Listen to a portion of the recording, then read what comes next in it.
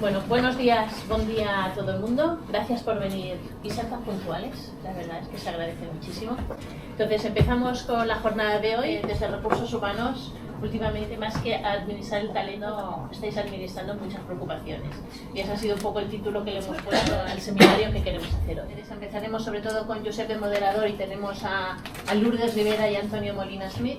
Y pues va a ser un poco pues una charla de las preocupaciones que tenemos precisamente. Muy bien, pues vamos a empezar. Sí que os tenemos que decir que la idea de hacer seminario, lo webinario es como ha dicho Ana, pero también hubo un tema que es lo que hizo que hiciésemos este seminario, que es que de repente dijeron que bajaba la jornada laboral máxima de 40 a 37 horas y media. Salió publicado en el boletín oficial de las Cortes, parecía que esto era inminente, además veías los medios de comunicación y decían, ya está, es que ya está hecho, y decían, bueno, falta algún obstáculo político, pero lo van a salvar y tal. Y de repente, en 3 días, parece que como si el suflé haya bajado. Y nosotros, cuando el suflé estaba todavía alto, es cuando dijimos, vamos a convocar esto para ver cómo funciona, por un motivo, que es que hablaba con gente y había quien me decía, a mí esto no se me aplica, porque yo ya hago menos horas. Y otros me decían, ah, sí, yo ya lo tengo calculado, y a mí... ¿Y qué pasaba? Que nadie nos decía exactamente lo mismo. Cada uno me decía unas cosas diferentes. Y entonces pensamos, bueno, pues vamos a hacer un seminario para ver este tema, cómo lo ven desde 2 patronales, y además con personas que sean, en este caso, presidenta y secretario general de una patronal, que tienen experiencia tanto en la parte patronal como en la gestión. Entonces, ahí salió. Pero al bajar el suflé, teníamos la duda de si lo que teníamos que hacer era cancelar el acto o cambiarlo. Y pensamos que, ya que habíamos hecho el esfuerzo de hacerlo, que hay un tema que se repite y que lo vemos cada vez que hablamos con personas del sector, que es la preocupación por los recursos humanos. Yo, si leéis lo que escribo, digo, no es el reto, es el problema. Porque sabéis que dicen, ah, no, los problemas son retos que, bueno, esto ya es un reto muy importante que no solamente afecta a nuestro sector, que afecta a otros y del cual hay que hablar. Porque al final, las residencias, los centros de día están muy bien, el edificio es muy importante, pero yo creo, después lo veremos, que como mínimo tan importante como el edificio es el equipo de profesionales que tengamos y el equipo el equipo que trabaja, y si no, más incluso. Bueno, entonces empezamos con esta idea y al final dijimos, hay una cosa clara que es una preocupación, podemos mantener los ponentes que teníamos, cambiar un poco el tema, sí que vamos a hablar de la reducción de jornada laboral, porque el suflé ha bajado, pero sigue ahí, no lo han tirado a la basura, ni está en la nevera. El suflé en cualquier momento podrían volverlo a meter en el horno, y sabéis que los suflés una vez que bajan, si vuelven a subir, suben muy mal. Pero a ver qué es lo que nos acabarían sirviendo. ¿Vale? Entonces, vamos a hablar de diferentes temas de aquí a las 11:30 y después, como nos ha dicho Ana, sobre la adenda la segunda adenda del convenio SIARCAT y tal, hemos pedido a Josep María Barcelona que nos venga a hablar un poco. Sabéis que la patronal ACRA ayer hizo un webinario, la patronal ACAT ha sacado sus normas, ASCAT, que no es patronal, que es Asociación de Directores, se ha posicionado, o sea, tenemos posicionamientos muy fuertes al respecto y no todos van en la misma línea, o sea que tenemos posicionamientos muy diferentes en relación a lo que es lo mismo, que no os voy a hablar ahora, pero que hablaremos después. Que quizás sea de los que tenéis residencias en Cataluña, sois centros concertados o gestionáis centros para la Generalitat, marca un cambio importante, porque es una subida de precios, una subida de condiciones laborales a cambio de la promesa de una subida de tarifas. ¿Vale? Pero esto lo hablamos después. Entonces, vamos a empezar con un primer bloque que se voy a preguntar primero a Lourdes Rivera. Voy a presentar a Lourdes. Hoy yo diría que es una profesional del sector que tiene varios sombreros, digamos. Hoy viene con un sombrero más principal, que es presidenta de AESTE, que le voy a pedir que nos hables un poquito de AESTE, pero AESTE en el sector suele ser lo que nosotros decimos, es la patronal de los grandes grupos, pero me parece que es algo más que eso. Entonces, además, Lourdes es la directora general, no sé si CEO o directora general, sí, de Amavir, pero tiene también una peculiaridad, y es que sabéis que Javier Cámara, el periodista que hace el boletín Dependencia.info, va hablando con quien nosotros decimos que son los protagonistas del sector y les pregunta: ¿dónde estabas hace 25 años? Pues Lourdes ya estaba en el sector hace 25 años, en Geroplan, que era un grupo que ahora le he preguntado: ¿sigue existiendo? Sí, y que consideró una residencia que fue de las primeras, si no la primera, que colaboró en relación público-privada. O sea, que tiene esta trayectoria también en Adavir y ahora en Amavir. O sea, y entonces yo lo que te quería preguntar, como vamos a centrar un poquito el tema, y para centrar digo, abuela pluma, ¿cuáles son ahora los retos que afronta el sector? Y tenemos un convenio colectivo estatal, el de la dependencia, ¿cómo está? Porque ahora parece que tendrá. Y después una opinión sobre el hecho de que durante unos años había varios convenios autonómicos y provinciales en el País Vasco. Parece que durante un tiempo hubo como una fuerza de unificar y tener un único convenio, que parece que era el marco. Y ahora parece que estamos otra vez en la centrifugación. Entonces, ¿cuál sería la opinión que tiene sobre estos procesos? Esto sería un primer bloque. Y te dejo hablar. Buenos días a todos y todas. Y lo primero, gracias por invitarme a participar en esta mesa, en un tema tan crucial, importante, extenso como queramos hacerlo. Y esperemos que con algunas soluciones, porque has dicho antes reto, problema, ahora me has lanzado el reto, pero como bien dices, tenemos un problema encima de la mesa. Para empezar, una afirmación: sin personas cuidadoras no hay cuidados. En nuestro sector, las personas no somos un recurso productivo más, somos la esencia del sector, y cada avance que se quiera hacer, cada cambio legislativo, cada movimiento para mejorar la atención de las personas va vinculado siempre al compromiso de las personas que trabajamos en el sector. Retos, diagnóstico. Como se suele decir, estamos en la tormenta perfecta. Tenemos una escasez de profesionales que vivimos todos cada día. El verano, yo tenía un compañero en la primera residencia que decía: con lo que me gustaba a mí el verano antes de trabajar en este sector, porque siempre ha sido un reto, pero bueno, hemos tenido momentos un poquito más sencillos y volvemos, yo creo, a aquellos momentos de los que estabais en el sector en 2007, pleno empleo, que también tuvimos unos años muy complicados. ¿El por qué? Bueno, hay unas causas sociológicas profundas que creo que afectan no solo a nuestro sector, sino que van mucho más allá. Pero mucho que ver, en mi opinión, tiene la imagen social del sector, la imagen deteriorada y el hecho de que la notoriedad que desde todos o desde muchos ámbitos se traslada respecto a la atención a las personas mayores y dependientes y a las residencias. De sobra sabemos que cuando salimos en un periódico, cuando ha pasado algo, cuando hay una pelea política que se pone en medio, las residencias, o sea, en Madrid, en Cataluña, en Madrid especialmente, ya lo veis, pero bueno, que es algo generalizado, y eso también pues es una desmotivación para aquellas personas que se planteen en un momento determinado el acceder a este ámbito laboral. Adicionalmente, tenemos una sobreregulación. El otro día mi compañera Yus me ha dado una ponencia en este sentido. Hoy hay reducción de jornada, mañana no, hoy hay un convenio, luego hay 3, ahora pasamos a una ratio, esta comunidad desarrolla el acuerdo de Belarra, la otra no. Estamos en una incertidumbre que, bueno, hoy en este foro estamos todos en esta normativa de Cataluña, pero cuando abrimos un poco el abanico vemos una incoherencia absoluta en la regulación. Luego hablaremos en otro bloque más despacio de lo que voy a apuntar ahora, pero bueno, la paradoja de la diferencia de aplicación de la normativa de dependencia entre una comunidad y otra.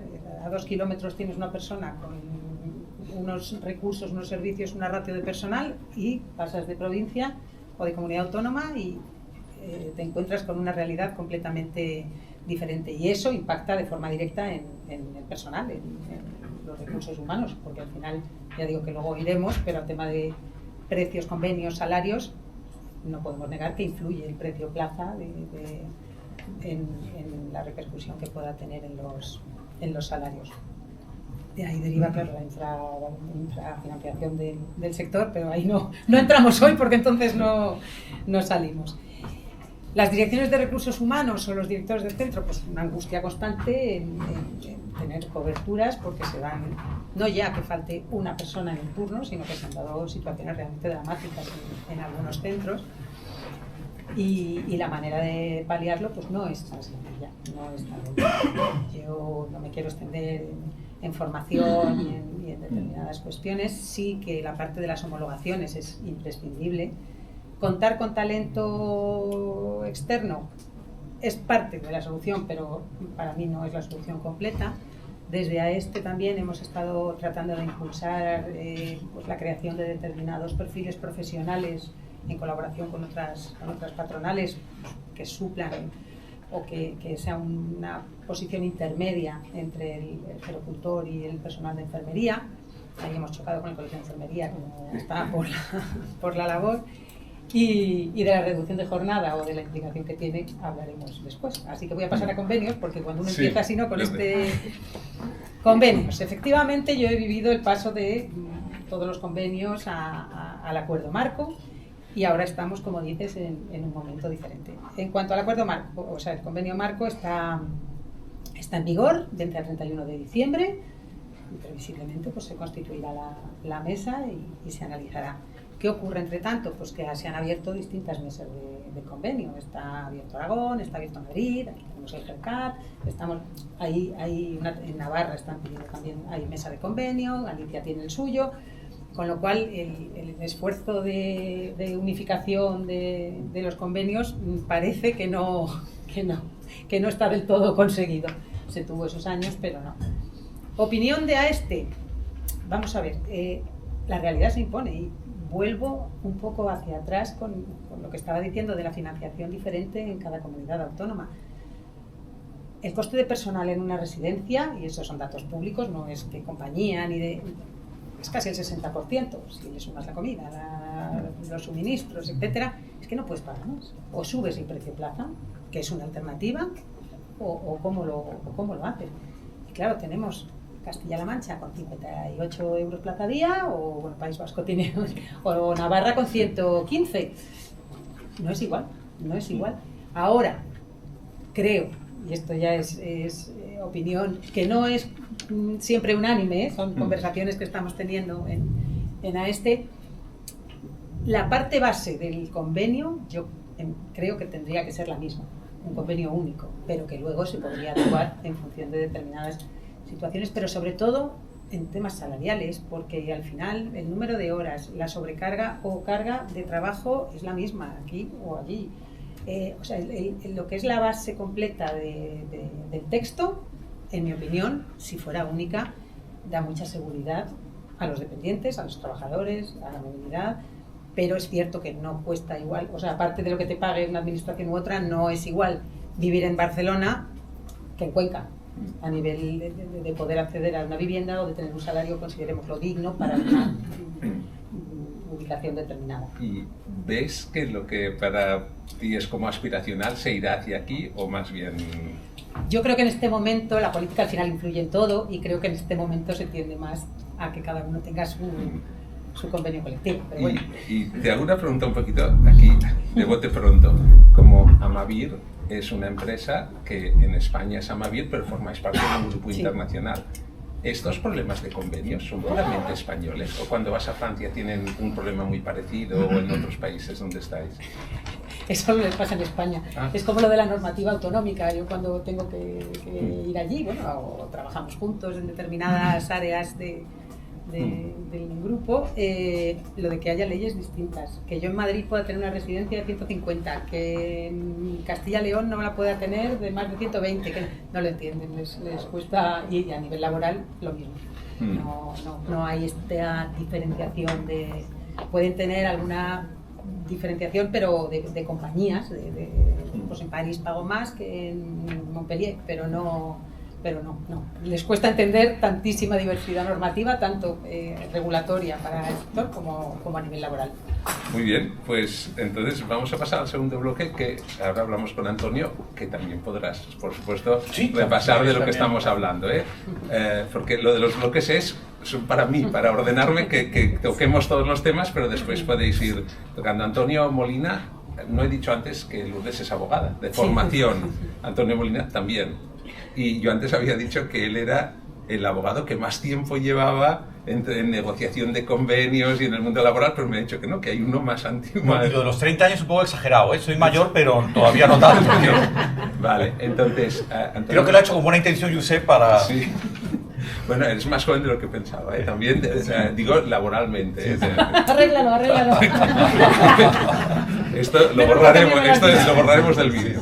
Vale, entonces, a ver, lo que pasa es que Antonio nos conocemos desde hace muchos años. Sí, veintitantos. Sí, correcto. Antonio actualmente es secretario general de LARES. LARES es la patronal que agrupa al tercer sector, o una parte muy importante del tercer sector, entre la gente que no somos, me parece que lo sabéis, son los que llamamos las monjas, que decimos, aunque hay mucho más que monjas en LARES, pero son la patronal más representativa del tercer sector. Y además no será el que más tiempo lleva negociando convenios, pero está entre los que más conoce perfectamente desde que salió el primer convenio marco, ya estuviste en la negociación y en lo que había antes. Pero hay una parte de tu experiencia que te trae especialmente, que es que conoces también la primera vez que se hizo una reducción de jornada legal del trabajo. Y cómo se pasaron, ahora nos dirás tú, me parece que era de 42 a 40 horas, ¿verdad? Cómo se hicieron los cálculos y cómo hemos ido viviendo esto. Entonces, yo quería saber, según lo que a ti te parece, primero, técnicamente, si llega a aplicarse esa reducción, ¿qué supondrá en la práctica? También quiero saber tu opinión, es un poco ya de gurú, de bola de cristal, si crees que se va a morir o va a ir resurgiendo. Y después, si habéis calculado un poco qué supondría en costes y en organización. Sí, bueno, buen día. Yo, ante todo, quiero agradecer a Josep el haberme invitado aquí también, y en nombre de no solo de la Federación LARES, sino de aquí, de nuestra organización en Cataluña, Centres Sociosanitaris Catòlics de Cataluña, ¿no? ¿Lo he dicho bien? Que quiero agradecer, y además también es un honor especial compartir esta mesa con Lourdes, que yo considero, no porque ella esté delante, sino yo creo que es la principal lideresa del sector en este momento. Obviamente a nosotros nos gustaría que las empresas mercantiles no liderasen tanto, pero como lideran, hay que admitir que ella es la principal lideresa, y la verdad que tenemos suerte, porque yo creo que podría ser otra lideresa o otro líder, y yo creo que con Lourdes tenemos una gran lideresa en el sector. Después, solo en lo de los convenios también, antes de que pase a responder lo que me ha preguntado Josep, solo quería decir que para nosotros, especialmente lo que es tercer sector, economía social, es un desafío muy grande el proceso que estamos viviendo ahora, que van negociándose convenios colectivos autonómicos. En algunos casos hasta estamos nosotros mismos liderando ahí sobre el terreno, por ejemplo en Navarra, el que se negocia un convenio. Pero es verdad lo que han comentado Josep y Lourdes, que ha cambiado mucho vamos a decir, el paradigma, ¿no? Porque hace 20 años la tendencia era, tanto por parte patronal como sindical, vamos a decirlo, entender la centralización de la negociación colectiva, que también estaba unida políticamente a la financiación de la formación en el empleo, el Forcem famoso, ¿no? De aquel entonces, que eso también es verdad, se utilizaba por parte del Estado para centralizar la negociación colectiva en el Estado español, eso es así, y ya no es así porque entonces, todos sabemos lo que ocurrió con esta financiación y digamos, cosas que ocurrieron, ¿no? Y ahora la tendencia es la contraria. Cuando hace 20 años desapareció el convenio colectivo del Principado de Asturias, bueno, hace relativamente poco, en el 2017 desapareció el convenio colectivo de Madrid. En cambio ahora está el GERCAT, ¿no? Que era precisamente, por ejemplo, ACRA, la patronal ACRA, que está detrás de la negociación del GERCAT. En su momento, cuando se negoció en Cataluña, cuando se intentó negociar hace casi 30 años, ¿no? el convenio, al final nos quedamos nosotros solos y tenemos un acuerdo de eficacia limitada, un convenio colectivo extraestatutario, porque solo afecta a centres, ¿no? Pues ahora el paradigma, aparte del detalle este de la financiación de la formación en el empleo, que es importante, está que se ha tomado más en serio la ley de contrato del sector público y que hay más plazas financiadas por las administraciones públicas. Me explico. En la ley de contrato del sector público se dice hasta en 4 sitios que los precios que paga la administración pública tienen que tener en cuenta los costes del convenio. En el fondo siempre lo tendrían que haber tenido en cuenta, pero ahora como que la actual redacción de la ley lo dice más claramente, se ha tomado más conciencia. Entonces, claro, la idea es, si la financiación de la plaza es autonómica y, como ha comentado Lourdes, varía mucho en cada comunidad, en teoría lo inteligente es tener convenios por comunidad autónoma y según lo que paguen en cada comunidad autónoma, puedo yo subir los salarios, ¿no? Como negociador, ¿no? Es más, en los convenios hay hasta una técnica ahora que se está poniendo también de moda de negociar los incrementos sobre todo que suban hacia el final de la vigencia de un convenio, ¿no? Para cuando ya se le puede haber enseñado a la administración las tablas publicadas en el boletín oficial y decirle, mira, esto es lo que no vas a tener que pagar, ¿no? O casos como, por ejemplo, el convenio colectivo de ayuda a domicilio de Ceuta, que participé en la negociación hace 5 años, en los que se subió entre un 25 y un 30% de una vez los salarios, pero claro, como solo hay, digamos, servicio, en Cataluña hay ayuda a domicilio privada, yo creo que más que en otros sitios del Estado, pero en Ceuta no, solo hay pública. Entonces, se firmaron estas tablas impresionantes, ¿no? Cuando las firmas te impresiona, digo, 30% en algunos casos subían los salarios, pero se condicionaba a que la administración pagara. Y se había hablado antes con el Imserso y la Ciudad Autónoma de Ceuta, diciendo, ¿vais a pagar? Y dijeron, sí. Entonces se puso en el convenio, las tablas eran efectivas, pero tal cual, ¿eh? Entonces, claro, con esta nueva dinámica está claro que el convenio colectivo autonómico tiene ahora mucho papel. Para nosotros, que era lo que decía al principio, es un desafío muy importante, porque nosotros tenemos, aparte de plazas públicas pagadas, o sea, plazas concertadas, vamos a decirlo así coloquialmente, tenemos también muchos residentes que pagan una plaza privada, pero siendo residentes con rentas económicas limitadas o muy limitadas. Entonces, si sube los salarios porque sube lo que paga la administración pública, claro, a los residentes que pagan plaza privada, que no sean, por decirlo así, ricos, no les puede subir el 25%, porque no lo pueden pagar. Entonces, para tercer sector de economía social, este proceso de negociación autonómica es un desafío que todavía no sabemos muy bien cómo resolver, porque mientras tengamos una gran parte de plazas privadas para residentes con rentas limitadas o muy limitadas, pues esto no, salvo que el dinero nos venga de otro lado, tal. Y ahora ya respondiendo a la pregunta de Josep, pero como introducción, porque es que ese tema es muy importante para nosotros. Es un desafío de aquí a los próximos 15 años que o resolvemos o desaparecen muchas residencias nuestras, ¿no? Es el tema de la reducción. Yo creo que el soufflé se va a quedar, sobre todo en el discurso político de los partidos, tanto del Partido Socialista como a la izquierda del Partido Socialista, aunque no se apruebe ahora este proyecto de ley, que el debate en pleno va a ser en septiembre, parece ser, ¿no? La ministra quería que fuera el 20 de julio, pero parece que va a ser en septiembre. Yo he visto en la web del Congreso que está prorrogado hasta no sé cuánto de septiembre la presentación de enmienda, o sea que yo creo que ya parten de la base de que va a ser en septiembre, pero salga o no salga, esto lo tenemos aquí. Y lo van a sacar los sindicatos, determinados partidos políticos, y el problema de esto es que bueno, y claro, no sé si alguien se ha leído la exposición de motivos del proyecto de ley, pero claro, uno lo lee y dice, pues me parece todo muy bien, porque claro, ya lo de la fidelización de personas trabajadoras y de contratación, también entre comillas nos puede interesar a nosotros, digamos, desde el lado patronal, que mejoren las condiciones, porque se hace más atractivo. Otra cosa es quién lo paga, ¿no? Pero en sí, lo que dice el acuerdo que se firmó en diciembre del año pasado entre Comisiones Obreras UGT y el Ministerio, que es el que es la base de este proyecto de ley, el acuerdo se llama Trabajar menos, vivir mejor. Y después, si uno va a la exposición de motivos del proyecto de ley, se dice, hay un clamor de la ciudadanía que no quiere vivir para trabajar, sino trabajar para vivir. Esto parece que la gente joven sobre todo lo vive, ¿no? Por lo que me cuentan, le da mucha importancia a esto. Y después se dice la propuesta de recuperar el tiempo que el trabajo y su evolución permiten liberar para tratar de caminar en la realización de sociedades donde las personas sean más felices, ¿no? ¿Queréis ser más felices? Pues yo creo que todos queremos ser más felices. Pero bueno, el problema es esto, quién lo paga, cómo lo paga, y tal. Pero el problema que vemos como organizaciones patronales es, digamos, la precipitación con la que se ha planteado esto, ¿no? La precipitación de la jornada, bueno, se lleva años hablando, ¿no? Sumar o Podemos llevan años hablando de los objetivos de reducción de jornada, pero después la plasmación ha sido muy precipitada. Y entendemos que el propio proyecto de ley, sin perjuicio de que mejorase con enmiendas, en el fondo no es, digamos, no es aplicable tal cual está redactado.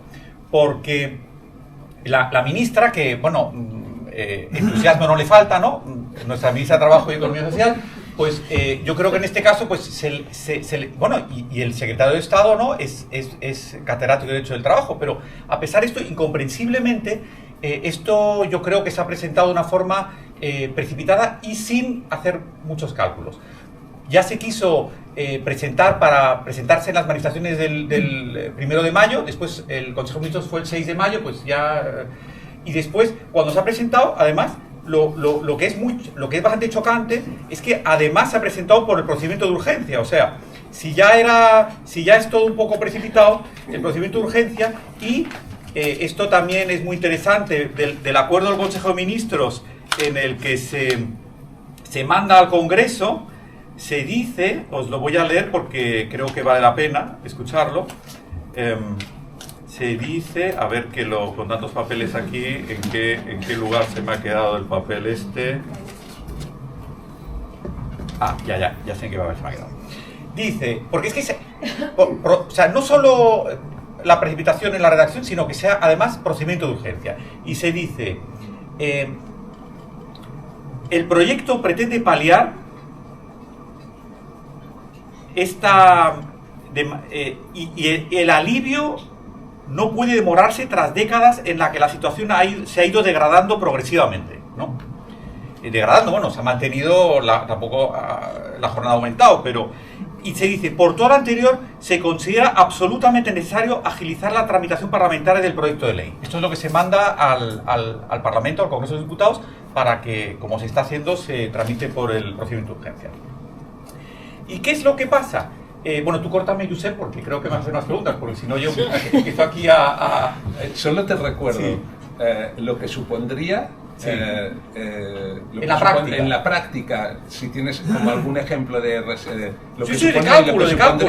Sí, porque si has calculado el económico. Uy, sí, yo sobre todo calculo las horas, ¿no? La economía ya es como si yo calculo las horas, que es el problema, porque si miráis en internet, por ejemplo, veréis que si miráis 5 artículos, puede que os encontráis 5 cifras diferentes de lo que significan 37,5 horas en cómputo anual, ¿no? Eso es una cosa muy curiosa. Pero además hasta webs de despachos de una de estas editoriales jurídicas bastante potente, también una cifra que no tiene nada que ver con las otras. O sea, digo, si me permites una cosa, ChatGPT te dice cosas diferentes que Gemini y que DeepSeek. Solo, o sea, que a los que sois amantes de la inteligencia artificial, en esto no lo miréis, porque cada inteligencia artificial lo interpreta de forma diferente, o sea que... Que sí, pero claro, el problema es que el proyecto de ley establece para los negociadores de convenios colectivos, ¿no?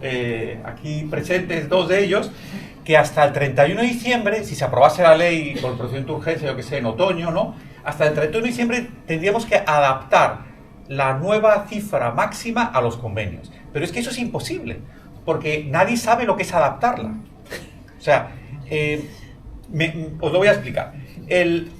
Las reducciones de jornada que ha habido prescindiendo de antecedentes así más históricos es, en 1902, ¿no?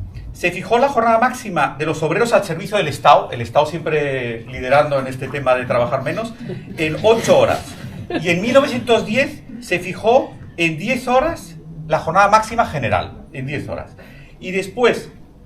En 1919 ya fue 8 horas para todos, ¿no? De ahí llegamos a 1931, o sea, imaginaros de cuándo estamos hablando, en la que se habla de un límite semanal de 44 horas. No, perdón, se habla En 31 se habla de las 8 horas. 8 horas en el año 31. Y en el año 76 se vuelve a retocar este límite y se añade ya un límite semanal de 44 horas. O sea, el del año 31 es 8 horas al día y en el año 76 se pasa a las 44 horas. O sea, vamos a decir, se le quita 4 horas a lo que sería 48 horas y se trabajan 6 días a la semana, 8 horas cada día. O sea, que dicho en otras palabras, durante toda la época del general Francisco Franco, este tema ni se tocó, ¿no? Después, en el Estatuto de los Trabajadores de 1980, cuando se aprueba el estatuto, se baja otra vez. Y se dice 43 horas a la semana o 42, según si la jornada es continuada o partida, ¿no? 42 o 43. Y ya la última bajada, antes del suflé actual, es cuando Felipe González gana las elecciones en el año 82, promete que la jornada máxima bajará a 40. Y desde entonces, en el año 83, se introduce en la ley esta reducción de jornada, que es la que tenemos ahora mismo, ¿no? Pero ¿qué ocurrió? Que cuando se introduce en el Estatuto de los Trabajadores, en el artículo 34.1, la jornada de 40 horas, porque la formulación es exactamente la misma que tenemos ahora, que es el promedio en cómputo anual, lo que tenéis escrito ahí, ¿no? Entonces, se plantean las partes, bueno, ¿y esto en cómputo anual qué es? ¿No? Porque claro, no es una jornada semanal. Fijaros que la formulación tiene su cosa, porque se habla semanal, pero lo que cuenta es el cómputo anual, no el semanal, cuenta el anual. Entonces, claro, ¿cómo lo calculamos?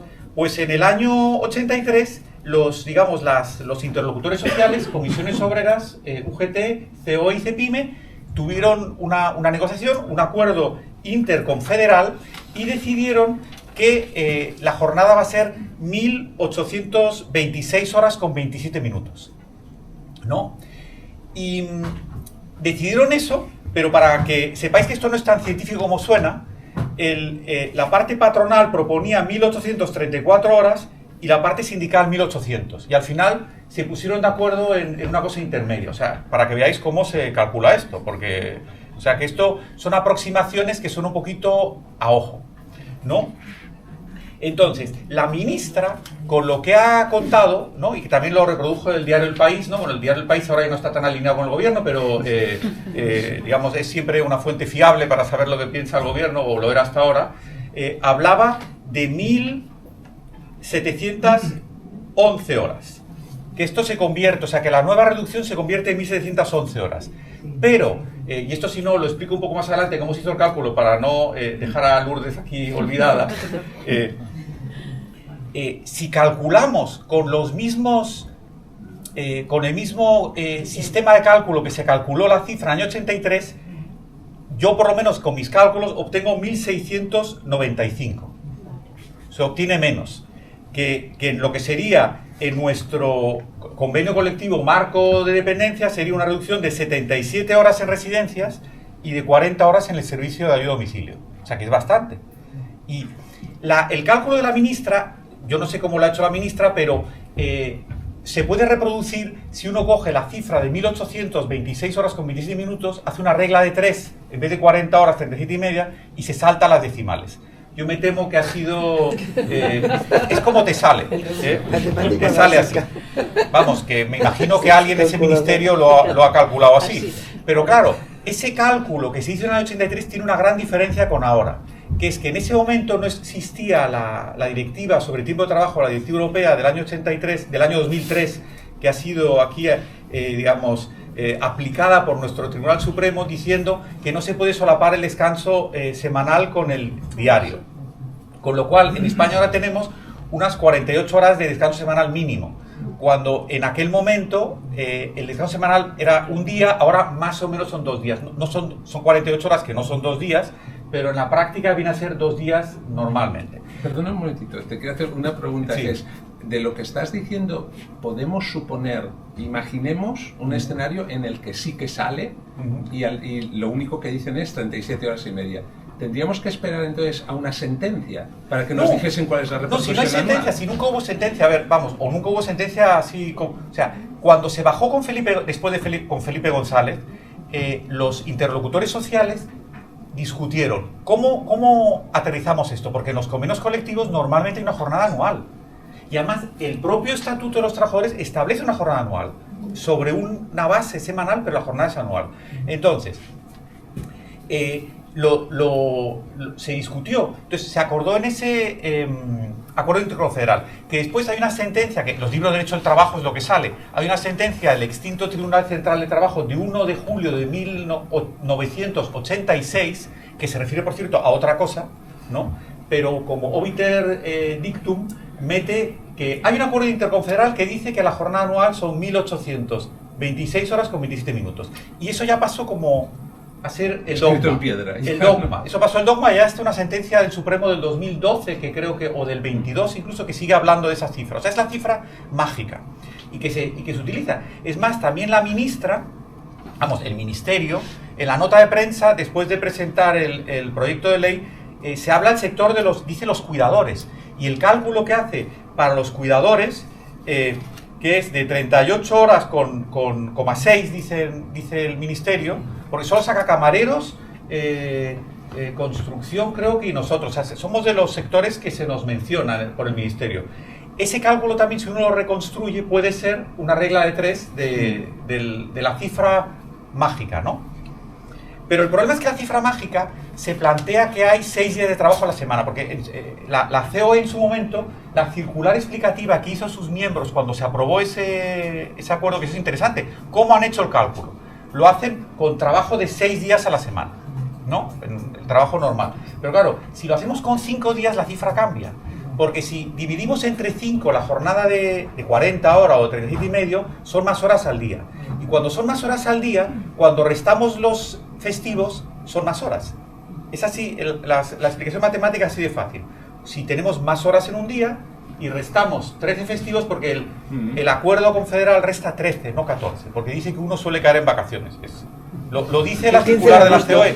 No, pero es para que veáis que las matemáticas estas no son de ciencias exactas, son matemáticas laborales. Sociales. ¿No? Laborales. Al final en la residencia tienes que ir 1 a 1 con la planilla. Pero entonces, el problema es que si haces el cálculo con 5 días a la semana, porque es, residencias, o sea, el sector sociosanitario es un poco diferente, pero yo creo que si se volviera a hacer el cálculo sería un poco para todo el mundo con 5 días y ya está. Entonces, si se hace el cálculo, digamos, actualizado, a mí me salen 1.695 horas. Pero os digo ya, que miráis en 7 sitios y sale... Pero por eso digo, 7 sitios, 7 cosas diferentes. Imaginemos que, repitamos, hoy no está. Estamos hablando del futurible de que volviese, en septiembre cambian muchas cosas políticas y lo aprueban, digamos, ¿no? Entonces, 1697, 1714, la idea es, ¿quién tendría que decirlo? ¿Tendría que ser un nuevo pacto o habría un conflicto y tendría claro, que ser...? Ahí está el problema. La ministra, yo creo que en un exceso de entusiasmo, ha dicho que hasta final de año se aplica. Pero claro, si todos los convenios colectivos, por ejemplo el nuestro, el del metal, me he mirado por ejemplo el metal de la provincia de Barcelona, ¿no? Porque han hecho un artículo muy interesante en internet. Claro, si todos los convenios tenemos que hacer nuestro propio cálculo, figuraros el descontrol. Porque depende cómo se haga el cálculo, es que la jornada anual es la que hace uno al año, eso está clarísimo, eso se puede ver, ¿no? En el programa de gestión se puede ver, pero es que eso no es la idea. La idea es ver qué significa la fórmula legal en cómputo anual y con esas horas ver cuántos turnos al año le puedo dedicar yo a un trabajador a su trabajo, pues, ¿no? Permíteme un momentito, vosotros, te voy a preguntar si puedes hablar de Amavir o de AESTE, pero ¿habéis hecho algún experimento? ¿Y qué os sale, más o menos? ¿Qué nos sale? ¿De dinero, de tiempo? No, vamos a ver. La parte teórica la he expuesto estupendamente. Me voy un momento a lo práctico. Por un lado, el más sueldo, efectivamente, porque por ese dinero. Pero para nosotros, casi que lo más preocupante es que son más profesionales necesarios. O sea, la cobertura de esas... No oís. Vale, perdona. Oye, pues estaba diciendo que por una parte, salario, claro, sí es. Sí, el salario obviamente se incrementa, pero que casi un problema más mayor. importante para todos los que estamos aquí es la cobertura. O sea, es que estamos dejando libres una cantidad de horas en los centros que si al principio de la exposición estábamos diciendo que no había profesionales, pues la vamos a necesitar más todavía, más la inseguridad jurídica. Y adicionalmente están quitando toda la responsabilidad de la negociación colectiva, porque lo establecen a lo vivo, por decirlo así. Y la flexibilidad que necesita nuestro sector, que cada vez nos van quitando más con el tipo de contratación, con quitar las interinidades, con esto, con lo otro, coge horas, es que nos ahogan, es que no hay. Nosotros lo que necesitamos como sector, desde nuestro punto de vista, es mayor flexibilidad, el poder distribuir. ¿Y el cómo lo hacemos? Pues antes hablábamos de los programas de gestión o de alguno que hay aquí. Persona a persona, hasta ahora, bueno, lo de los 37,5 ya veremos, pero al final no sé si todas las compañías o todas las residencias, pero los ajustes de jornada a fin de año, por si el festivo te ha caído no sé cómo o te ha quedado así, no es el café para todos como en otros casos. Yo creo que en esto, aunque nos han citado en todo lo que ha sido el desarrollo normativo, se han olvidado de los trabajos de 24 horas, 365 días. De hecho, en las 3 enmiendas a la totalidad que han presentado, tanto Junts, el Partido Popular y Vox, en la exposición de motivos de alguno de ellos, se cita expresamente al sector de la dependencia y de sanidad y alguno más, porque en todo tiene impacto, pero en sectores como el nuestro muchísimo más. Ejercicios, sí, hemos visto el número de personas que nos hacen falta en una residencia grande, media. En las pequeñas ya te puede... porque un pequeño matiz por lo de AESTE. Efectivamente, en AESTE hay muchos grupos, pero hay residencias de 40 camas rurales, urbanas de 200, y hay que dar respuesta. Lo que es el todo. grupo es que un grupo puede tener muchas, pero claro, algunas pueden ser efectivamente son pequeñas. grupos, pero vamos, y eso ahora me barro hacia casa. Por ejemplo, en nuestro caso hay residencias rurales en medio del Camino de Santiago en Navarra de 40 camas. Esas plantillas lo van a sufrir muchísimo más. Económicamente todo es progresivo, pero el impacto es muy significativo, tanto económicamente como, ya te digo, organizativo. Tenemos que pasar al siguiente bloque. ¿Te queda algo así que seas que No, que creas no sé que hay si, que... que no sé si he respondido del todo a lo que Josep ha preguntado ya 3 veces, que es que cómo se iba, que si hacía falta una sentencia. Bueno, realmente el proyecto de ley, tal como está ahora, deja la tarea a los negociadores, pero eso yo creo que es inviable porque no vamos a hacer en cada convenio colectivo otra traducción diferente de lo que es el precepto legal, ¿no? ¿Cuál es el problema? Que como CEO y CEPIME han dicho que ellos no, vamos, que es que ha sido así, que no se les ha involucrado en este proceso, entonces tampoco sabemos si va a haber otro acuerdo interconfederal en el que los interlocutores digan, pues la fórmula del estatuto se convierte en esto, en esta cifra anual, ¿no?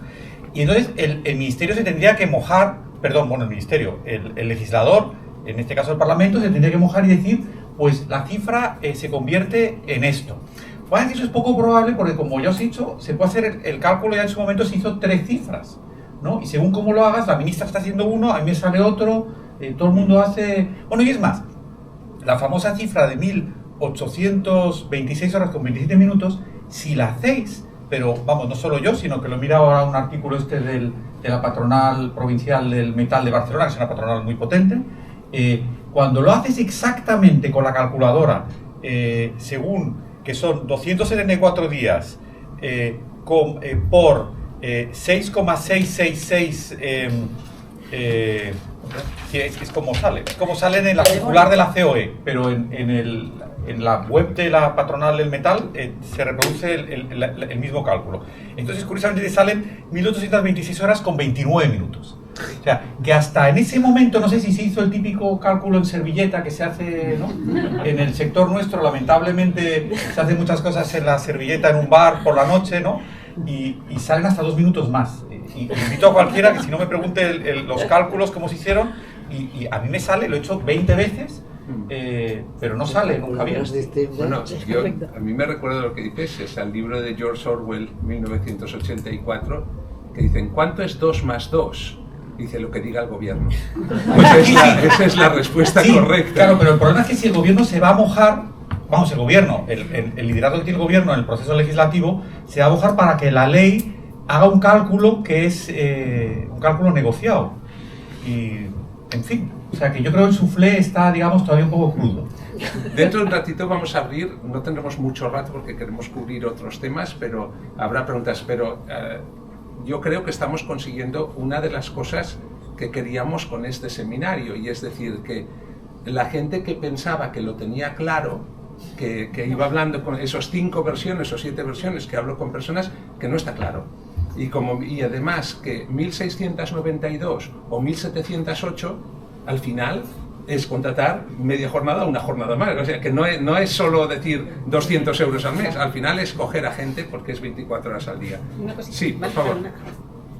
Que siempre se habla de la modificación de la jornada y de la reducción, pero se nos olvida que ahí está también en el registro de jornada y una cosa que para nuestro sector de directores de centro es maravillosa, que es la desconexión digital. El enfoque que se hace, porque el enfoque que se hace en la norma, que no es el objeto de hoy, pero lo quería dejar, es tan controlador y excesivo que vuelve un poco a lo de la flexibilidad de antes, es problemático. Incluso en alguna comunidad ha habido ya, a pesar de que no está esto implantado con esa medida de control, con el tema del registro de jornada, ha habido inspecciones que hay gente que llega antes a trabajar porque le viene bien y ficha y ya está. Pues en algún caso la inspección de trabajo ha sancionado a la empresa por el exceso de horas cuando la propia persona, es un asociado, fue a declarar que es que le venía mejor porque el marido la llevaba a trabajar y si no tenía que ir en autobús y tardaba mucho, y entonces fichaba. Y el inspector le preguntaba, ¿pero usted qué hace mientras llega? Bueno, pues hombre, voy organizando, voy viendo, pero entonces está trabajando. Y entonces consideró que trabajaba de más porque el registro reflejaba. Entonces, bueno, que todo llevado al extremo y al límite, porque muchas veces, bueno, la teoría está muy bien, pero luego ves los casos que te ocurren o que le ocurren a muchas residencias y realmente es lo que te hace ver dónde tenemos que posicionarnos y contra, sí, voy a usar la palabra contra qué o quién tenemos que pelear. Muy bien, pues pasamos como al siguiente bloque que lo hemos titulado Equilibrio entre sostenibilidad económica y derechos laborales.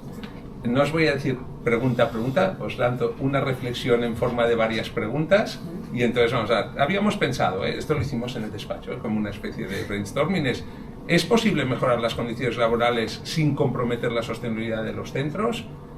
¿Qué papel juegan las administraciones públicas en la ecuación, sabiendo que las residencias, muchas, pueden tener unas plazas públicas, pero tienen muchas que no son privadas, y hay muchas residencias que tienen tantas públicas como privadas o menos públicas que privadas, o sea que vincularlo. Y después una cuestión, a ver si esta es más de detalle. En vuestra experiencia, ¿existe un modelo de planilla que permita de verdad maximizar, digamos, el trabajo de las personas? Hablamos, por poner los dos extremos, los 12 horas día sí, día no, semana corta, semana larga, contra 8 horas, personas que trabajan solo fin de semana o personas que trabajan de lunes a viernes, o jornadas más pequeñas. Eso es si tenéis. O sea, repitamos, si existe margen para la sostenibilidad económica si se aplican mejoras, papel de la administración y esto de las planillas. ¿Quién quiere empezar? Ven, empiezo.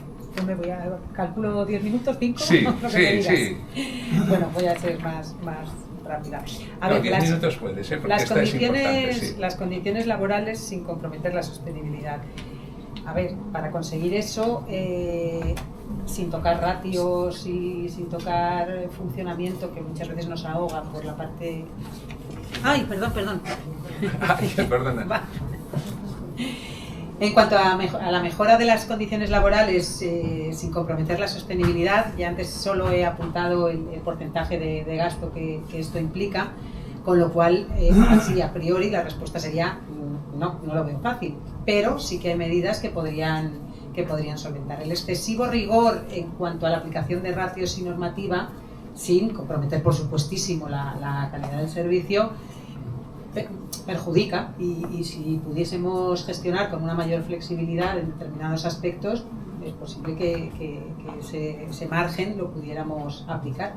Adicionalmente, antes Antonio ponía ejemplos de convenio, en algún convenio de empresa o de sector, yo creo que estos eran de empresa, se había pactado una mejora salarial si la tarifa, no en el sentido que dices tú de antes, sino era un convenio de empresa a más plazo, y entonces se pactó que si la tarifa pública subía, se subía un porcentaje de esa subida directamente al salario.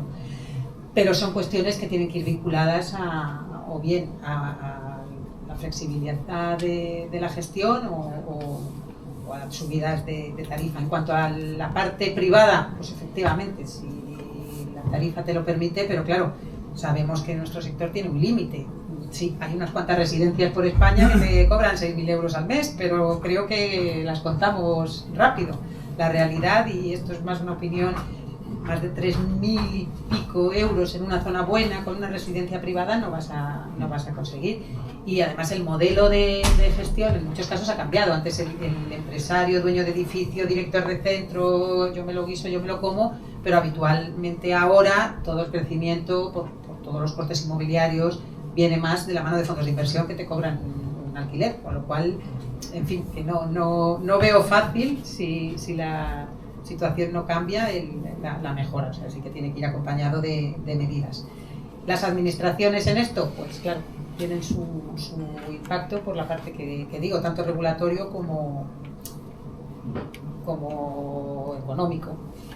Y las planillas, a ver, esto es un quebradero de cabeza constante. Yo recuerdo en el año, me parece que fue 2003-2004, cuando en Madrid se hizo lo que llamaron el plan de velocidad, y cerca de aquello que mencionaba antes del pleno empleo del 2007, nos volvimos locos dándole vueltas a todo a ver qué podíamos hacer para mejorar las planillas. Y ahora va a sonar a premonitorio, pero en aquel momento se buscaba ser un poquito más atractivo en cuanto a libranzas, fines de semana, y recuerdo que se hicieron unos contratos de 37 con 33 horas que te permitían en el mes librar 2 fines de semana y un sábado, domingo, en fin, sí. Se buscaba esa parte. ¿Qué pasa? Que en aquel momento entonces el salario era un poquito menor, aunque es cierto que la gente lo agradecía. Después se pasó al 7.2, 7.3 en la mayoría de los casos. La parte de enfermería en general pasaba más a la semana corta, semana larga.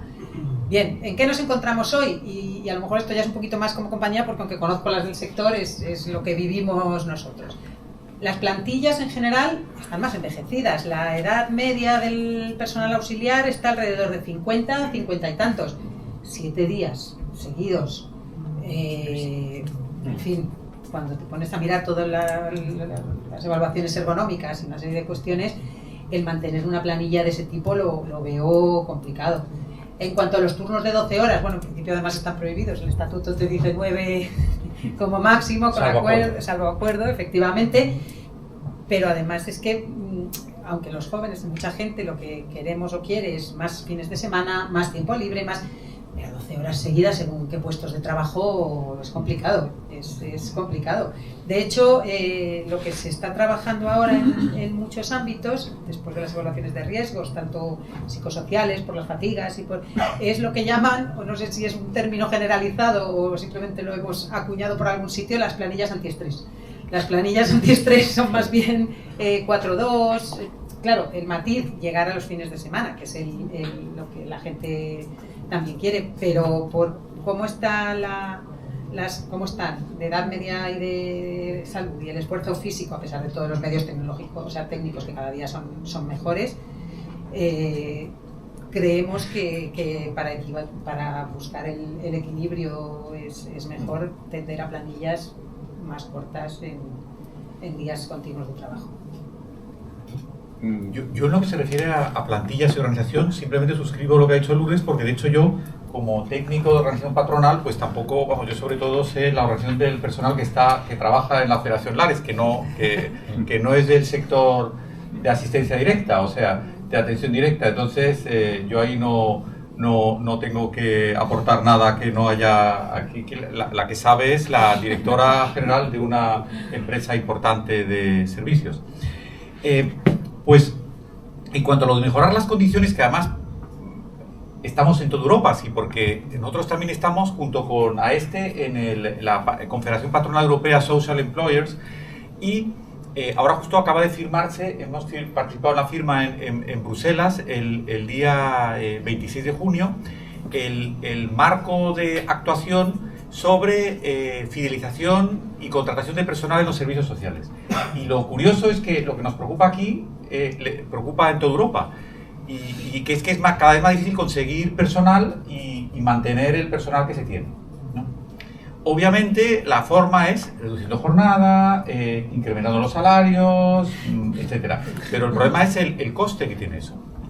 Y ahí entramos otra vez con el tema que he apuntado antes, que para nosotros en particular como centres o como lares en cualquier comunidad autónoma, está siendo el gravísimo problema de que si, digamos, la mayor parte de nuestras plazas son privadas, en el sentido de que las paga el residente, pues si se sube el coste, el residente, pues salvo, ¿no?, esos que van a la residencia de los 6.000 euros, ¿no?, que esos, pues me imagino que si les cobra 7.000 también pueden seguir pagando, ¿no?, que paga 6.000, paga 7.000, pero esto no es así con las rentas más limitadas.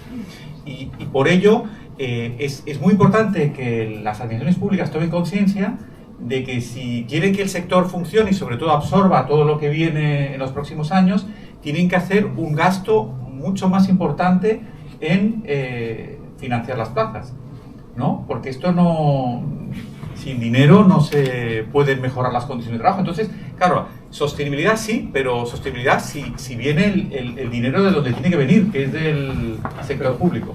Te interrumpo un momentito. Actualmente, más o menos, 2 de cada 3 plazas reciben algún tipo de financiación, sea prestación económica vinculada, plaza o un programa específico como colaboración en Cataluña, concierto y tal. Pero queda un tercio que se lo pagan de su bolsillo y estos no pagan 6.000. Cualquier incremento no supone que al final... Ese es el problema, eso es el problema, sobre todo, digamos que yo creo que lo tenemos sobre todo en lo que es tercer sector de economía social, que es que no le puedes subir al residente en proporción a lo que sube el coste, porque si no puede pagarlo. Y además, hasta en la, por ejemplo, prestación vinculada de servicios, y el máximo son 747 euros, ¿no?, para... Cambian las comunidades, Sí, cada comunidad tiene Sí, uno pero diferente, en Madrid creo que es 700... No, yo, sí. Pero sea lo que sea, tampoco es, vamos a decir, una es maravilla, ¿no? Sí. Entonces, para nosotros es muy importante, yo creo que como sector, o sea, tanto los grupos empresariales como tercer sector, economía social, tenemos que hacer un esfuerzo en también involucrar a las organizaciones sindicales, que el sector público, o sea, que el Estado y las comunidades autónomas realmente vean que esto no es que nosotros lloramos porque todos los sectores lloran porque quieren más dinero y tal, es que o nos financian mejor o este sector deja de funcionar. O sea, que es que no es, que es muy dramático, o sea...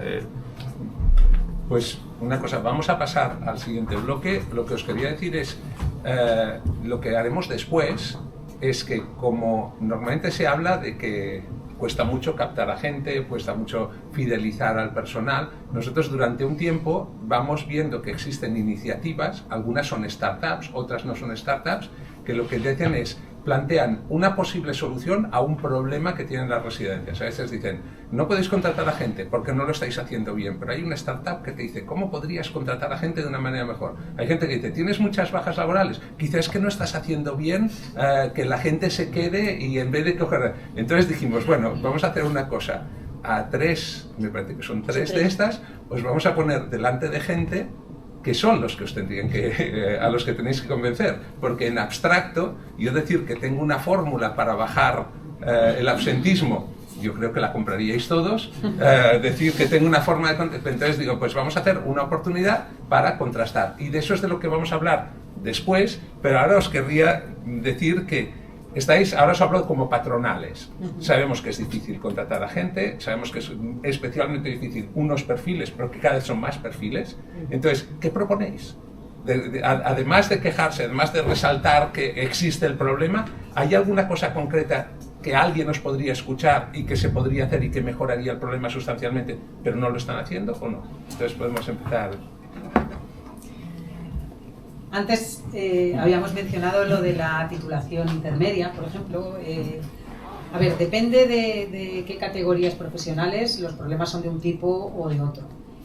En cuanto a profesionales sanitarios, una parte inmediata de ayuda sería la agilización de homologaciones.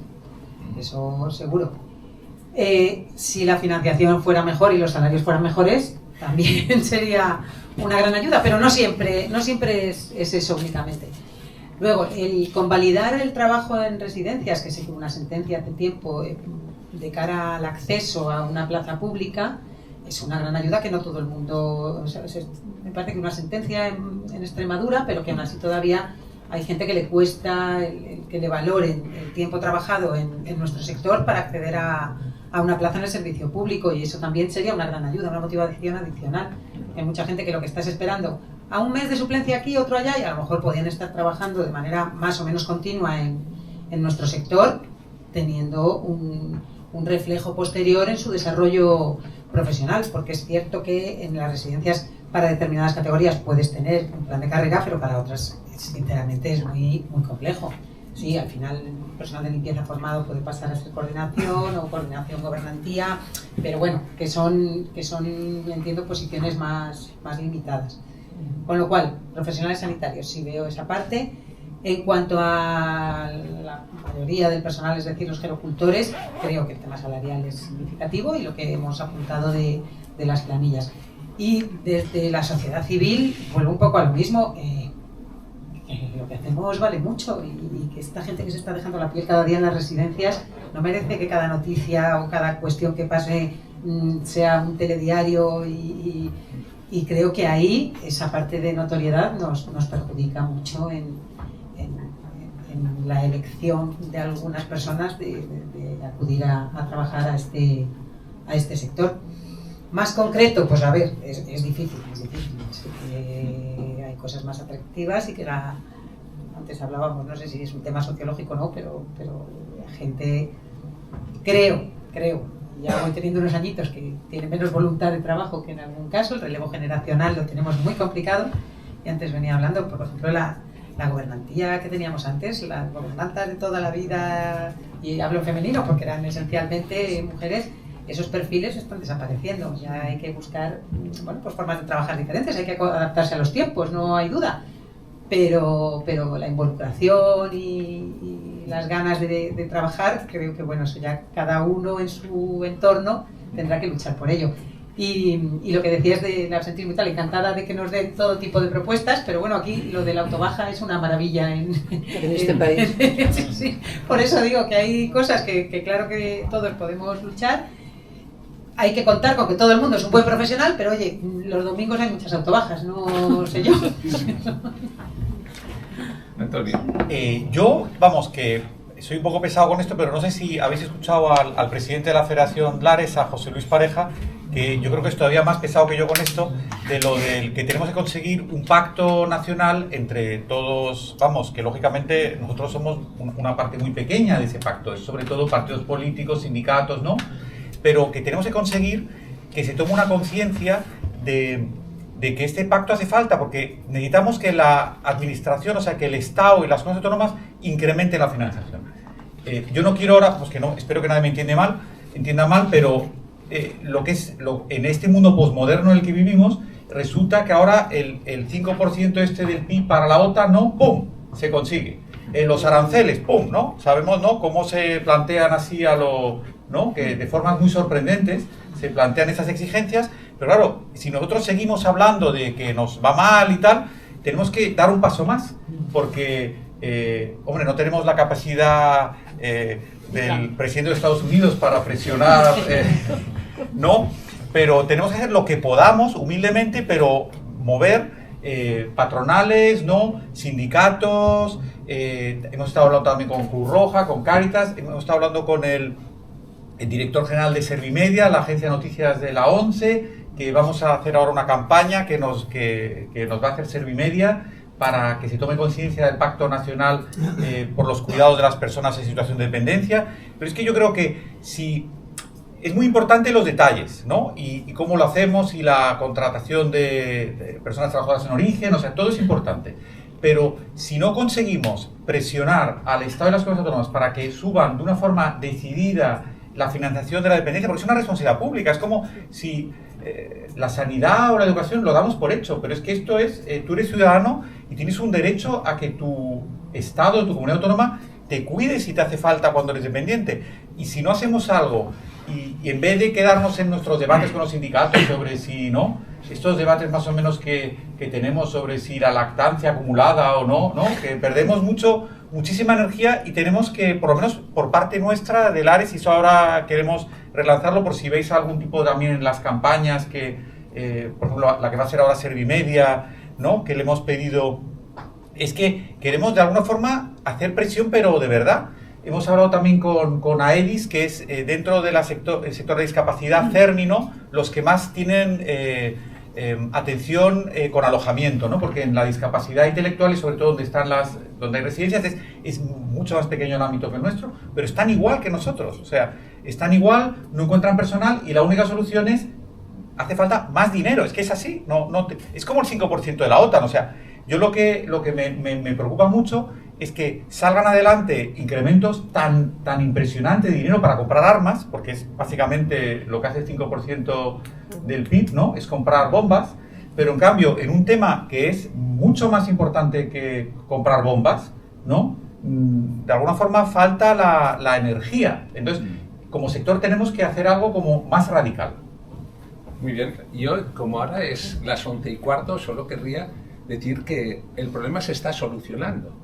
Porque según dice la Asociación de Directores y Gerentes de Servicios Sociales, cada 15 minutos muere una persona en lista de espera. O sea, en el rato que llevamos hablando, han muerto 6 personas esperando a tener algo a lo que tenían derecho. Entonces, pensamos, es la cosa más cínica y más horrorosa, pero el problema de 5 personas ya lo han solucionado con la inacción. La cuestión es que, superando la parte de humor negro, que, bueno, si esa es la manera, y cuando dicen, si no, tardaríamos 90 años, tal como estamos haciendo las cosas, tardamos 90 años. Con lo cual, yo creo que la reflexión final puede ser que es que no se trata de que vamos a hacer una carretera o no la vamos a hacer, o que no una vía de AVE, es que como decimos, la gente está muriendo sin tener aquello a lo que nosotros mismos nos adornamos como España, diciendo, ahora tenemos una ley que es el 4º pilar del estado de bienestar, y lo anunciamos y lo dijimos de tal, pero después parece que no hemos sabido. Me quedaba un área, pero como ahora son las 11:15, quiero decir, ¿alguien ahora mismo en la sala tiene ganas de decir algo, hacerles una pregunta en relación con lo que hemos dicho? Porque la última pregunta tiene que ver con la tecnología, o sea, a ver si dentro de unos años solventaremos el problema, porque ya no habrá personas, sino que serán robots. Pero antes de llegar a eso, que es un poco más raro, tenemos una pregunta. Yo quería... Una cosa... Aprovecho. Sí. Si no te importa, como aquí queremos hacer networking, si puedes decir quién eres, para que si alguien después quiere... Yo soy Laura Domínguez y soy la directora de Sánchez Basil Residencial. Somos una residencia pequeñita, tenemos 35 plazas solamente. Entonces, yo un poco desde la ignorancia de toda esta nueva ley de la reducción de la jornada, quería saber si esta nueva ley contempla el hecho de que para hacer nuevas contrataciones que cubran las horas que nos van a faltar, los centros podemos hacer algún tipo de redistribución horaria que nos permita ajustar los horarios de los empleados que ya tenemos para que nos salga a cuenta ¿no? las nuevas contrataciones que vamos a hacer. Porque luego ahí nos topamos con la famosa modificación sustancial, que los empleados no quieren que se les cambien los horarios, aunque sean por media hora. Entonces, claro, ahí estamos pillados de manos, ¿no? ¿Cómo vamos a hacer? Vale. Una cosa, solo para remarcar, que de momento no existe, la ley no existe el texto de una ley, o sea que sí, pero ahora sí, Antonio, ¿te parece? Sí, pero compartimos dos. Sí. No, sí, bueno, aparte de que la ley no existe, no, la ley no entra en nada de eso, es una de las cosas que tampoco entra. Lo único que habría es el artículo 41 del Estatuto de los Trabajadores, y como modificación sustancial de las condiciones de trabajo se puede modificar el horario sustancialmente, y obviamente la justificación técnica, que es una de las que justifican estos cambios, sería el cambio de la normativa. O sea, es un caso, digamos, de libro en el que se pueden cambiar los horarios. Otra cosa es que la gente esté contenta o no, pero en principio, si cambia la ley, puedes cambiar los horarios. O sea, eso con la legislación actual. Sí, pero la modificación sustancial le puede suponer que no la acepte y son 20 días de indemnización, con lo cual efectivamente es un problema. Yo he visto que no hay nada regulado al respecto, pero, y esto ya, perdónanos, es una interpretación por si te... no podemos equiparar el cambio que se haga en esa reducción de jornada a la complementariedad que hacemos en una adaptación o en otro tipo de o cuidado de hijos dependientes o las adaptaciones de la nueva ley. En principio no pintaría muy fácil. ¿Qué podemos plantear? Esto, y repito, esto es una opinión, el deslizamiento. Si con la media hora diaria, o sea, tú puedes mover media hora a la entrada o a la salida sin que sea modificación, te conviertes en un deslizamiento de jornada y eso en principio no pueden oponerse. Pero vamos, que no va a estar fácil. ¿Alguien más quiere...? Pues entonces seguimos. Os quería preguntar, la pregunta os la hago en relación con los últimos viajes que estamos haciendo en Inforesidencias. Este año hemos sido muy activos y hacemos 5 viajes. Entonces, hace poquito en Japón vimos que ahí no tienen tanto problema con la protección de datos, parece. Y entonces, en la cabecera de casi cada cama en muchas residencias, tienen una especie de cámara que además es un sensor de movimiento y además es 2 o 3 cosas más, que lo que hacen es que si la persona hace algo que un sistema interpreta que es digno de enviar un aviso, sin que la persona toque el botón, le llega al auxiliar que le tiene que llegar a un móvil que tiene la imagen de la persona con la que puede hablar, con la que tal. Cuando nosotros les planteamos a ellos, pero esto no agrede al derecho de la imagen y tal, y su respuesta varias veces en Japón decían, no tenemos personal. Dice, si podemos tener en el turno de noche una persona menos, tenemos que hacer todo lo posible para tener una persona menos, pero lo entienden todos. Entonces, vosotros, la parte de la tecnología, aquí siempre, cada vez que hablamos de tecnología en un acto, dicen, nunca será para sustituir personas. ¿De verdad pensáis que ahora la tendencia tecnológica va a ser solamente para mejorar, no para sustituir personas? ¿Nos lo vamos a poder permitir? ¿Cómo lo veis? Tú o yo, vamos, los dos, sí, y cada uno. Los dos, sí. No, si quieres. ¿No? Yo creo que la realidad se va a imponer. Si yo hablo solo desde un punto de vista social o emocional, yo, bueno, pues Japón no, pero sí un poco en Europa conozco cómo funcionan las residencias y os pongo como ejemplo que una de las cosas que más les llama la atención cuando vienen a ver los centros aquí en España es que están las familias. O que incluso en algunos centros tenemos parques infantiles porque van los nietos, o que hacemos campamentos intergeneracionales para que estén juntos. ¿Por qué? Porque en España, Italia un poquito también, somos familiares. Entonces nos cuesta más soltar o ver un poco más allá.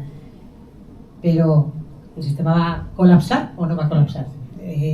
Si estamos quejándonos, una cosa es que te falte, como decía antes, una persona un día en un turno. Pero si no hay, tenemos que buscar alternativas. Hoy por hoy creo que todavía es complemento, no sustitución. Y sí que hay, bueno, pues un papel cada vez más relevante en un alivio de tareas, en lo que antes podían hacer a lo mejor 3 profesionales de enfermería porque tenían que estar registrando 28.000 horas todos los informes, pues lo pueden llevar en el bolsillo y volcarlo a la tablet. Y bueno, en todo eso creo que podemos, no con ánimo de reducir por mejorar las cuentas de la residencia, sino por la realidad y por eficiencia. Pero sustituir al 100% no, pero sí que creo que eso, y ahí lo enmarcaría también un poco en el ámbito de la flexibilidad que decía antes en cuanto a ratios y cosas. Deshumanizar la atención me parece tremendo, y más socialmente, pero también empresarialmente. Mucho se habla de la soledad y una serie de cosas que se supone que quedan aliviadas por convivir en un centro y lo vas a acompañar de una máquina. No, sustitución no, pero sustitución total no. Pero me temo, y no porque me guste, que tendremos que tender a poner más sistemas. Ahora mismo están los sensores de cama, hombre, la protección de datos en Europa, ya no digo en España, el GDPR es como para pensarse el qué haces con una cámara, dónde, cuándo y cuánto tiempo guarda la imagen, pero me temo que la tendencia, sin que me guste, va a ser esa. Hombre, ahora te doy la palabra. Hay unas tecnologías que son menos robóticas, pero con inteligencia artificial. Sé que varias residencias están, tengo entendido, en planes pilotos. No sé, que una persona que sale de turno habla con un móvil o con una pantalla, explica lo que ha hecho y eso se convierte en los registros, Fenomenal. puede ser tecnología, Sí. pero no es un robot. Claro, pero sí. puede ahorrar más tiempo que el robot que todavía no existe, ¿no? Bueno, es que además con todo lo que nos hacen registrar en todas las comunidades Sí. autónomas, lo que no has hecho no existe, y es que cuántas horas de trabajo dedicamos cada día en la residencia a reflejar y no a atender. Yo no soy un experto en protección de datos, pero yo sé que alguna residencia en Andalucía, por lo menos, está utilizando el tema de determinados residentes, la vigilancia con vídeo de su dormitorio cuando se activa algún tipo de alarma, ¿no? Para poder... Yo creo que es compatible con la normativa europea y española. Vamos, que no soy un experto, pero por lo menos sé que se está haciendo. Y en inteligencia artificial, yo también sé que hay sistemas para detectar un movimiento, digamos, sí, sospechoso o peligroso, ¿no? Y yo creo que eso sí que puede ayudar mucho en lo que es la atención a personas mayores. Y justo Japón, hombre, yo tengo una información que es de parte, o sea, que es una información, digamos, que posiblemente esté sesgada, pero en el Comité Europeo de Diálogo Social Sectorial, en el que estamos con la Confederación Patronal Europea y también la Confederación Sindical de Servicios Públicos, ¿no? EPSU, EPSU encargó un estudio a un consultor danés. Yo me leí el estudio, a mí me parece muy razonable, pero vamos, está encargado por la Confederación Sindical, en el que se basaban sobre todo en el proyecto japonés, ¿no? Ya que lo ha nombrado Josep, porque es el país donde más se ha invertido en inteligencia artificial y en robótica en lo que es atención a personas mayores. Y lo curioso es que en el Parlamento japonés se llegó a debatir abiertamente, según el informe, que nos interesa invertir en robótica para evitar la necesidad de que vengan trabajadores extranjeros a cuidar a los... No, que se dijo así de los japoneses, como son muy directos, ¿no? Bueno, no son muy directos, pero en esto sí que son directos, ¿no? Porque tienen fama de no ser así, pero vamos, en esto parece que sí que fueron muy directos, confrontadores. Dijeron que vamos a evitar la inmigración, vamos a evitar la necesidad de inmigración de personal, y por eso vamos a gastar y lo que fue, después hubo una evaluación, y se llegó a la conclusión de que había sido para nada el resultado, sino que con la robótica y la inteligencia artificial hasta había aumentado la necesidad de personal, según el informe del consultor danés. Lo que sí que aumentaba es la calidad de la atención. O sea, el robot y después hay temas como la foquita esta japonesa, ¿no? Paro.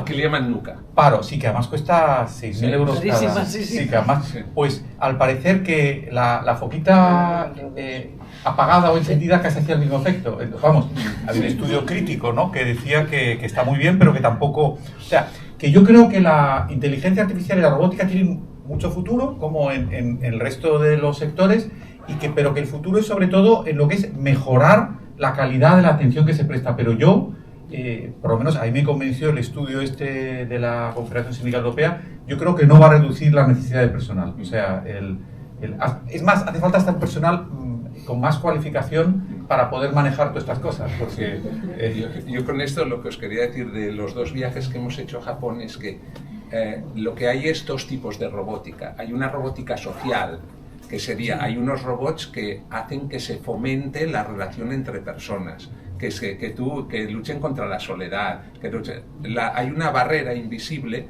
que es en el momento en que el robot te toca y te manipula. Y esa todavía no se ha pasado por una cuestión de seguro, que es que pasará el día que el primer robot que hace cambios posturales mate a una persona, o cambiándole un pañal le rompa una pierna, o tal, porque dice, pasará mucho menos que con personas, porque serán, entre comillas, harán el error una vez y lo aprenderán, pero ese es el límite que no existe, ni en Japón.